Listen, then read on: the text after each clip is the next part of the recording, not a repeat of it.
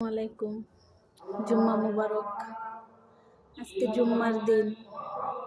আপনাদেরকে একটা কথা বলতে চাই, ভাই ও বোনেরা, যত কিছুর পিছে দৌড়ান কেন লাভ নেই। এই দুনিয়া কেউ কারণ না। স্বামী কোন, সন্তান কোন, মা কোন, বাবা কোন, কেউ না। টাকা কোন, পয়সা কোন, জায়গা কোন, সম্পদ কোন, অর্থ কোন, কিচ্ছুই না। আপনি কি আপন হবে জানেন? মরার পরে আপনার নামাজ হবে, আপনার আমল হবে, ইমান হবে।